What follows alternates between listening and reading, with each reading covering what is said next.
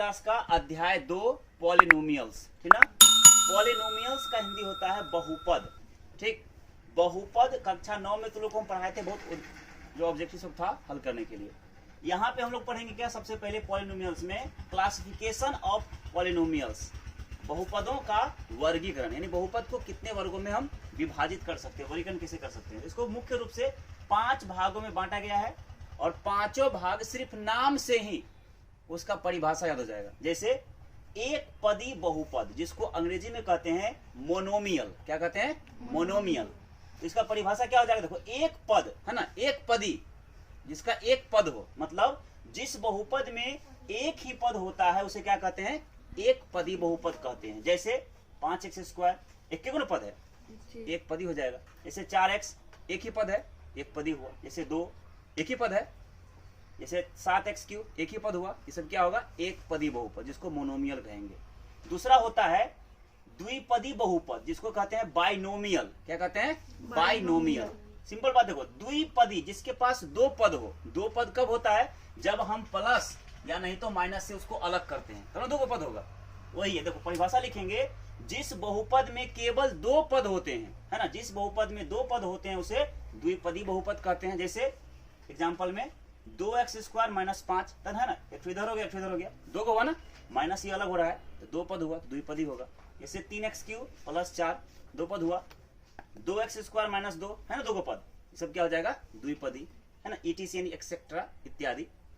तीसरा होता है त्रिपदी बहुपद, जिसको हम लोग कहते हैं ट्राइनोमियल, क्या कहते हैं, ट्राइनोमियल, ठीक है। त्रिपदी देखो नाम में ही है, त्रिपदी मतलब जिसमें तीन पद होते हैं। जैसे इसको परिभाषा में क्या लिखे हैं कि जिस बहुपद में तीन पद होते हैं उसे त्रिपदी बहुपद कहते हैं, ठीक है। जैसे देखो 7x² + 4x + 3, एक पद ये हुआ, दूसरा तीसरा, तीन पद हुआ कि नहीं हुआ, ये कहलाएगा त्रिपदी बहुपद। मतलब जिस बहुपद में तीन पद होता है उसे क्या कहते हैं, त्रिपदी बहुपद। जैसे यहाँ और लिखे उदाहरण में 8x + 5 + 2x² - 7, इसमें कितना है, 1 2 3, तीन को पद हुआ ना, ये क्या कहलाएगा, त्रिपदी बहुपद। अगर इस बहुपद में हम चर्चा करें कि क्या है, तो ये 8 और ये 2 क्या कहलाएगा, कोएफिशिएंट कहलाएगा, गुणांक, क्योंकि x⁵ का गुणांक है 8 और x² का गुणांक है 2।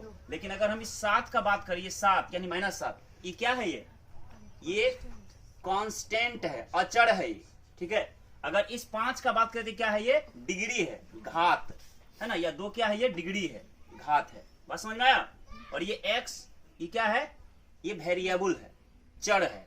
ऐसा समझ में, वेरिएबल का मान कभी नहीं बदलता है, ठीक ना, वेरिएबल का मान बदलते रहता है, कांस्टेंट का मान कभी नहीं बदलता है, ठीक ना। चौथा होता है शून्य बहुपद, जिसको कहते हैं जीरो पॉलिनोमियल, ठीक है, शून्य बहुपद, जीरो पॉलिनोमियल। परिभाषा में लिखेंगे, जिस बहुपद के सभी शून्यांक जीरो हो जाए, यानी शून्य हो जाए, उसे शून्य बहुपद कहते हैं। शून्य बहुपद का कोई भी घात नहीं होता है, क्योंकि यह अपरिभाषित होता है। शून्य बहुपद का घात अपरिभाषित होता है, अनडिफाइंड होता है। इसे देखो, जिस बहुपद का कुल योग कितना हो जाए, जीरो हो जाए, तो इसको हल करोगे ना, 0 × x⁴ करेंगे, जीरो हो जाएगा। 0 × x² करेंगे, जीरो हो जाएगा, और जीरो था ही, तो सबको प्लस माइनस करने के बाद लास्ट में कितना पहुंच जाएगा, जीरो। यह कहलाएगा जीरो बहुपद, यानी जीरो पॉलिनोमियल। इसे है 0x⁵ + 0x³ - 0x, इसका जब पूरा योग करेंगे तो क्या हो जाएगा, जीरो। ये कहलाएगा जीरो पॉलिनोमियल, यानी शून्य बहुपद। कोई दिक्कत। पांचवा होता है अचर बहुपद, जिसको कहते हैं कांस्टेंट पॉलिनोमियल, क्या कहते हैं, कांस्टेंट पॉलिनोमियल। इसका परिभाषा लिखना है कि जिस बहुपद में केवल एक ही पद हो, जिस बहुपद में कितना हो, सिर्फ एक ही पद हो, जो किसी वास्तविक संख्या के बराबर हो, मतलब उसमें वेरिएबल नहीं हो, सिर्फ कांस्टेंट हो। जैसे देखो 2 कांस्टेंट है एक तरह से, -5 √3, इसमें वेरिएबल है, इसमें नहीं, ये सभी क्या कहलाएगा, कांस्टेंट पॉलिनोमियल कहलाएगा। कोई दिक्कत। यानी क्लासिफिकेशन ऑफ पॉलिनोमियल्स में हम क्या क्या पढ़े, पहला पढ़े एक पदी बहुपद, जिसको मोनोमियल कहते हैं।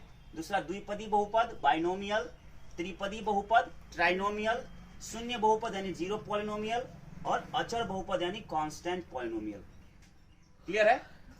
फिर देखो, फिर हम पढ़ेंगे किसको, टाइप्स ऑफ पॉलिनोमियल्स, मतलब बहुपद के प्रकार। देखो बहुपद को मुख्य रूप से 4 भाग में बांटा गया। कितने भाग में, 4 भाग। लेकिन हम लोगों को मैट्रिक तक पढ़ना है 3 भाग, मैट्रिक से आगे एक छोड़ पढ़ना है जो इंटर में पढ़ते हैं, ठीक है ना, तो उसका चर्चा हम यहाँ पे नहीं किए हैं, ठीक है, हम सिर्फ 9th और 10th को बेस लेके चले हैं। तो पहला होता है एक घाती बहुपद। क्या होता है? टाइप्स ऑफ पॉलिनोमियल्स में फर्स्ट होता है एक घाती बहुपद, या एक घाती बहुपद को ही क्या कहते हैं? रैखिक बहुपद, ठीक है, कक्षा 9 में तुम लोग को बताए थे हम, जिसको अंग्रेजी में कहते हैं लीनियर पॉलिनोमियल। क्या कहते हैं? Linear polynomial. परिभाषा कहेंगे, देखो नाम में ही है एक घाती, मतलब जिस बहुपद का घात कितना हो? एक हो, ठीक है ना, यानी एक घात वाले बहुपद को एक घाती बहुपद कहते हैं, और एक घाती बहुपद का सामान्य रूप जिसको हम व्यापक रूप भी कहते हैं क्या होता है? तो ax प्लस बी होता है, ठीक है, जहां a का मान 0 के बराबर नहीं हो, a is not equal to 0 हो। देखो एक बात समझना, एक घात वाले बहुपद को एक घाती बहुपद कहते हैं, एक घाती बहुपद का व्यापक रूप ax प्लस बी होता है, जहां a is not equal to 0 है ना, a is not equal to 0 हो, मतलब a का मान 0 के बराबर नहीं हो। पता है क्यों? अगर यहाँ a का मान 0 हो जाएगा तो 0 गुना x तो 0 हो जाएगा, तो एक घाती रहा कहाँ हो, इसीलिए a का मान 0 बराबर नहीं होना चाहिए। और एक बात हमेशा याद रखना, जिस बहुपद का जितना घात होता है उसका अधिक से अधिक उतना ही शून्यक होता है। तो एक घाती बहुपद का शून्यक होगा? एक ही शून्यक होगा। बस समझ में आया? जैसे उदाहरण लिखे हैं 3x प्लस 1, इसका अधिकतम घात कितना है? कुछ नहीं, तो यहाँ x पे पावर क्या है? 1, अधिकतम घात 1 हुआ ना, ये क्या कहलाएगा? रैखिक बहुपद या एक घाती बहुपद। जैसे लिखे 5x प्लस 2, तो देखो x का कुछ नहीं तो कितना घात है यहाँ पे? 1, एक घाती बहुपद। जैसे √2x माइनस 3, यहाँ कितना है घात इसका? 1, ये क्या कहलाएगा? एक घाती बहुपद, और है इस रूप में सब ax प्लस b के रूप में। ऐसा समझ में? दूसरा होता है द्विघात बहुपद। सिंपल बात, नाम नहीं है, द्विघात, जिसका घात 2 हो, यानी क्वाड्रेटिक पॉलिनोमियल। क्वाड्रेटिक पॉलिनोमियल्स यानी दो घात वाले बहुपद को द्विघात बहुपद कहते हैं। द्विघात बहुपद का व्यापक रूप यानी सामान्य रूप है ना ax² plus bx plus c होता है, जहां a is not equal to 0। उसी को लिखे यहाँ पे, दो घात वाले बहुपद को द्विघात बहुपद कहते हैं। द्विघात बहुपद का सामान्य रूप जो होता है ax² plus bx plus c होता है, जहां a is not equal to 0 हो। और सिंपल बात है, बोले थे ना, जिस बहुपद का जितना घात होगा उसका उतना ही शून्यक होता है। ये कितना घात का बहुपद है? 2 घात का। इसका क्या शून्यक होगा? 2। शून्यक कह दो, हल कह दो, शून्यांक कह दो, मूल कह दो, एक ही बात है, ठीक ना। जैसे x² माइनस x प्लस 1 है ना, तो यहाँ देखो घात कुछ नहीं, तो कितना है यहाँ पे? 1। तो हमको घात जब पूछे ना कि डिग्री कितना है उसका, उस समीकरण में देखना नहीं, उस बहुपद में देखना कि सबसे बड़का घात कौन है, वही उसका घात कहलाएगा। यहाँ पे 1 है और यहाँ पे 2 है, तो बड़का कौन? 2 है ना, तो यह द्विघात में आएगा। अगर यहाँ बड़का 3 को होता, यहाँ 3 रहता घात में, तो क्या त्रिघात हो जाता है। जो सबसे बड़ा घात होता है वही उस बहुपद का क्या कहलाता है? घात। जैसे फिर √2x² माइनस 5x प्लस 3, देखो यहाँ पे अधिकतम क्या है? 2, ये द्विघात बहुपद के रूप में हुआ। जैसे x² प्लस 1, तो अधिकतम घात कितना है? 2, ये द्विघात बहुपद है, इत्यादि। तीसरा होता है त्रिघात बहुपद, जिसको कहते हैं क्यूबिक पॉलिनोमियल, ठीक ना। त्रि मतलब 3, घात जिसका घात कितना हो? 3 हो, यानी जिस बहुपद की घात 3 हो, यानी जिस बहुपद की घात 3 होती है उसे त्रिघात बहुपद कहते हैं। त्रिघात बहुपद का व्यापक रूप या सामान्य रूप ax³ plus bx² plus cx plus d होता है, जहां a is not equal to 0 हो। उसी को लिखे 3 घात वाले बहुपद को त्रिघात बहुपद कहते हैं। त्रिघात बहुपद का सामान्य रूप ax³ plus bx² plus cx plus d होता है, जहां a is not equal to 0 हो। जैसे 2x³ plus 5x² minus 3x plus 2, इसका अधिकतम घात को देखो, यहाँ कुछ है, 1 है घात, यहाँ पर 2 है, यहाँ पर 3 है। घात जब भी पूछे, डिग्री जब भी पूछे, तो दिए गए बहुपद में सबसे बड़ा वाला खोजो। तो सबसे बड़का कौन है? 3। अधिकतम 3 हुआ ना, तो यह त्रिघात बहुपद हुआ। ऐसा समझ में? जैसे यहाँ है -5x³ प्लस x² माइनस 1, इसमें सबसे बड़का कौन है? यह त्रिघात बहुपद हुआ। ऐसा समझ में? इत्यादि। इसके बाद एक होता है चतुर्थ घात बहुपद, जो हमको पढ़ना है इंटर में, तो इंटर में पढ़ेंगे उसको, यहाँ नहीं पढ़ना है, ठीक है। 9th 10th में हमको यहाँ तक ही पढ़ना है। तो हम लोग क्या समझे? टाइप्स ऑफ पॉलिनोमियल्स में पॉलिनोमियल्स के 3 प्रकार होते हैं, ठीक है ना, जो हमको अभी फिलहाल पढ़ना है। पहला होता है एक घाती बहुपद, जिसको रैखिक बहुपद कहते हैं, लीनियर पॉलिनोमियल। दूसरा होता है द्विघात बहुपद, जिसको कहते हैं क्वाड्रेटिक पॉलिनोमियल। तीसरा होता है त्रिघात बहुपद यानी क्यूबिक पॉलिनोमियल, ठीक ना। इसके बाद एक और होता है चतुर्थ घात बहुपद। ठीक है, एक घाती बहुपद का केवल एक घात और एक ही हल होता है, व्यापक रूप ax प्लस बी।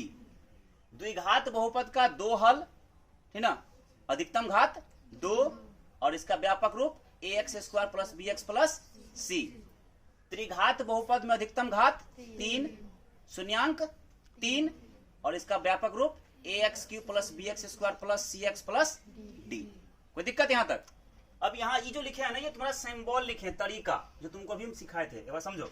जैसे लिखे हैं क्या सिंबल में, तरीका में, संकेत में, कि अगर मान लेते हैं कि एक बहुपद मेरा कितना है 5x square plus 2x minus 7 है, सब कुछ कैसे लिख दिए हम। अगर हम पूछे तुमसे कि बताओ ये 5 और ये 2 क्या है, ये दोनों क्या है, ये 5 और ये दोनों क्या कहलाएगा, कोएफिशिएंट कहलाएगा, गुणांक कहलाएगा, क्योंकि इसके साथ देखो x स्क्वायर है, y है ना, यहाँ पे गुना हो रहा है ना यहाँ, ये 5 और ये 2 क्या कहलाएगा, गुणांक कहलाएगा। मतलब x स्क्वायर का गुणांक क्या है, 5 है और y का गुणांक 2 है, ऐसा समझ में। लेकिन अगर हम बात करेंगे सिर्फ कि ये 7 क्या है, ये 7 कहलाएगा कांस्टेंट, क्योंकि ये अकेला है ना। अगर हम पूछेंगे कि बताओ ये प्लस और ये माइनस ये दोनों क्या है, तो ये ऑपरेटर है जो ऑपरेट करता है इस सवाल, इस बहुपद को हल कराता है, ये ऑपरेटर कहलाता है। और पूछेंगे ऊपर वाला ये 2 क्या है, ये ऊपर में डिग्री है, ये घात है। ठीक, अगर पूछा जाए कि ये x या ये y क्या है, तो x और y क्या है, वेरिएबल है, चर है। उसी को देखो लिखे यहाँ पे सिंबल में, संकेत में, 5 और 2, यानी ये 5 और ये 2 क्या है, तो कोएफिशिएंट है, यानी गुणांक है। ठीक है, ये 7 क्या है, ये वाला 7 कांस्टेंट है। फिर प्लस और ये माइनस क्या है, ये वाला प्लस और ये माइनस क्या है, तो ऑपरेटर है। और ये x और ये y क्या है, वेरिएबल है। और ये 2 ऊपर वाला क्या है, डिग्री यानी घात है। कोई दिक्कत? अब आगे देखना, अब जो है उसे तो परिभाषा था, अब फॉर्मूला है। देखो इसमें लिखवाएं क्या तुम लोगों को पॉलिनोमियल्स में, कि एक घाती बहुपद या जिसको हम क्या कहते हैं, रैखिक बहुपद का व्यापक रूप ax प्लस b होता है, जहां a का मान 0 के बराबर नहीं होता है। अब तुम लोग बताए थे कि जिस बहुपद का जितना घात होता है उसका उतना ही शून्यक होता है। इसका घात कितना है, 1, इसलिए इसका केवल एक हल। देखो 3 चीज एक ही नाम होता है, मूल कह दो, हल कह दो या शून्य कह दो। कभी हम मूल कहेंगे, कभी हल कहेंगे, कभी शून्य कहेंगे, मतलब तीनों एक ही चीज है। ठीक है, याद रखना। तो इसका केवल एक हल होता है, जो कितना होगा, तो माइनस बी बाई ए होगा। एक घाती बहुपद का मूल क्या होगा, तो माइनस बी बाई ए। फिर लिखें एक घाती बहुपद या रैखिक बहुपद, है ना, एक घाती बहुपद या रैखिक बहुपद का आलेख एक सरल रेखा होता है। देखो अध्याय तो लोग पढ़ोगे 2.1 में, जैसे मान लो एक ग्राफ खींचा हुआ है ना, यहाँ से अगर इसमें कह दे, मान लो ऐसे ही लिख दे, बोलेगा बताइए इस मतलब ये जो है किस बहुपद का आलेख है, तो एक सीधी रेखा है कि नहीं है, एक है ना, तो कहेंगे कि यह एक घाती बहुपद का आलेख है या रैखिक बहुपद का आलेख है। उसी प्रकार द्विघात बहुपद का व्यापक रूप ax square plus bx plus c होता है। ठीक है, इस रूप का होता है जहां a का मान 0 के बराबर नहीं हो। अब सिंपल बात है, जब द्विघात बहुपद है तो इसका क्या मूल होगा, 2 को होगा। दूसरे को लिखे हैं इसके केवल 2 मूल होते हैं। और द्विघात बहुपद के अगर 2 मूल, यानी किसी द्विघात बहुपद का अगर 2 का मूल, मान लो एक ठो अल्फा और एक ठो क्या हो, बीटा दिया गया हो, तब मूलों का योगफल मतलब अल्फा जोड़ बीटा दोनों मूल का जब जोड़ेंगे ना, तो सूत्र होता है माइनस बी बाई ए। मतलब माइनस रहेगा x का गुणांक और बटे x स्क्वायर का गुणांक होता है, और मूलों का गुणनफल होता है, यानी अल्फा गुना बीटा का मान होता है c बाई ए। समझ में ना, मतलब अगर किसी द्विघात बहुपद के 2 मूल, एक ठो अल्फा और एक ठो बीटा, 2 का मूल तो होगा ही होगा। अगर मान लो एक ठो अल्फा दिया हो और एक ठो बीटा दिया हो, तो मूलों का योगफल मतलब दोनों मूल को अगर हम जोड़ देंगे ना, तो वो बराबर हो जाएगा इसके माइनस में b और बटे a के, यानी यहाँ वाले का मान बटे यहाँ वाले का मान के। और अगर दोनों मूल को हम गुना कर दें, अल्फा गुना बीटा कर दें, तो मूलों का गुणनफल होता है c बाई a, मतलब यहाँ वाले का मान और बटे यहाँ वाले के मान के। इसका प्रयोग 2.2 में हम पढ़ेंगे। फिर किसी द्विघात बहुपद का आलेख, है ना, ऊर्ध्वमुखी यानी अपवर्ड या अधोमुखी डाउनवर्ड परवलय के रूप का। देखो सपोज कर लो, समझना ध्यान से, अगर मान लो तुमको प्रश्न दे देगा ऐसे कि कोई ग्राफ है, ध्यान से सीखना, 2.1 में यही सब पढ़ना है हमको। ऐसे है, मान लो बोल देगा कि बताइए ये किस आलेख, किस बहुपद का ग्राफ है ये, तो देखो ये ऊपर मुखी है ना, ये ऊपर मुखी है ये। ठीक, इसको कहेंगे क्या, द्विघात बहुपद का, है ना, किसका है ये, द्विघात बहुपद का ग्राफ है। क्यों, क्योंकि इसको कहते हैं क्या, यहाँ देखो लिखे ना अपवार्ड, देखो सिंपल, देखो तो यहाँ पे देखो इस जगह अपवार्ड है ना ऊपर की ओर। ऐसे रहेगा तो कहेंगे अपवार्ड है ये, यानी किसका है, द्विघात बहुपद का है। अगर ये ऐसे रहेगा, ये नीचे की ओर ऐसे इस प्रकार से रहेगा, ठीक, इसको मतलब इसको कहते हैं परवलय। इस प्रकार से रहे आलेख, चाहे इस प्रकार से रहे आलेख, इसको परवलय कहते हैं, ठीक है।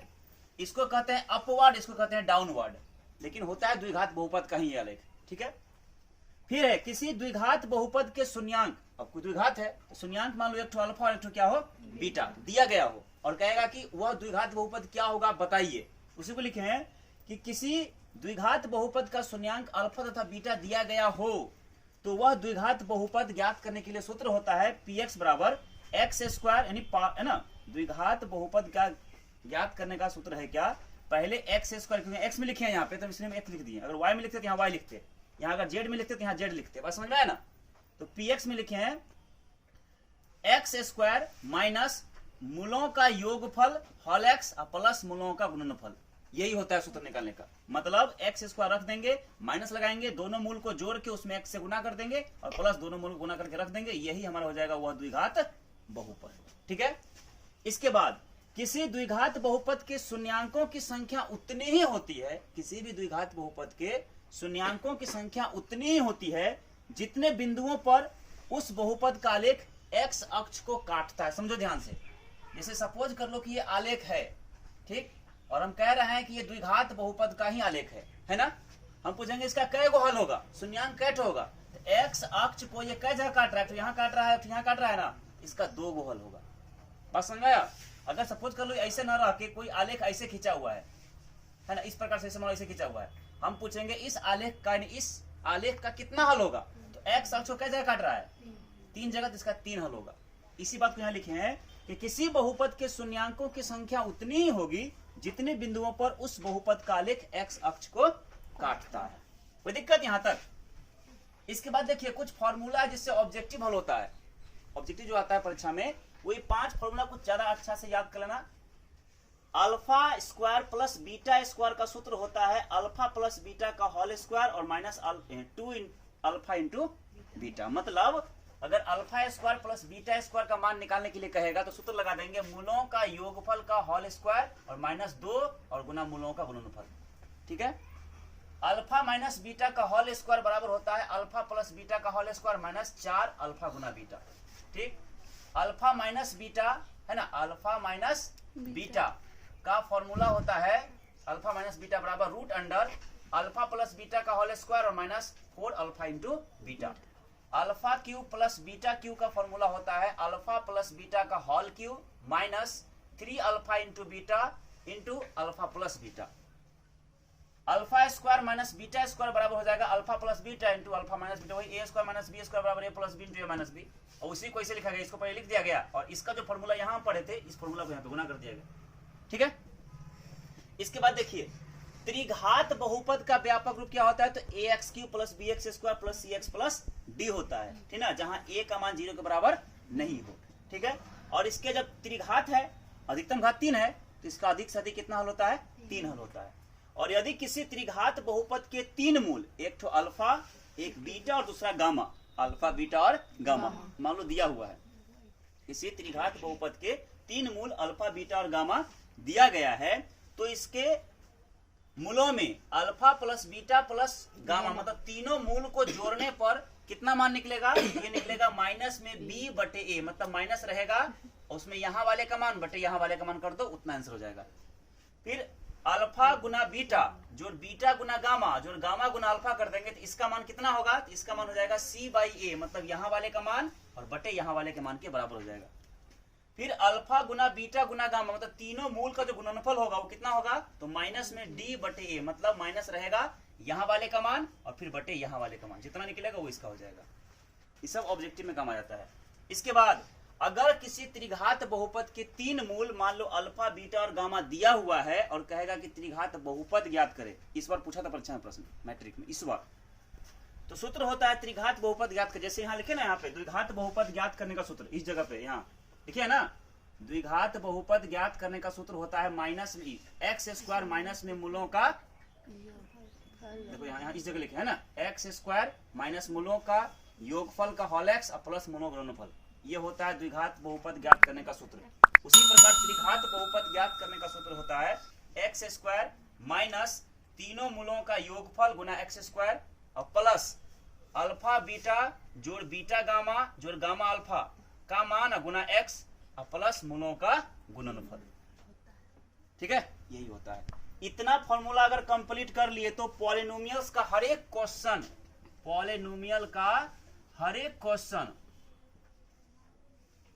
बन जाएगा, चाहे वो ऑब्जेक्टिव हो चाहे सब्जेक्टिव हो। ठीक है।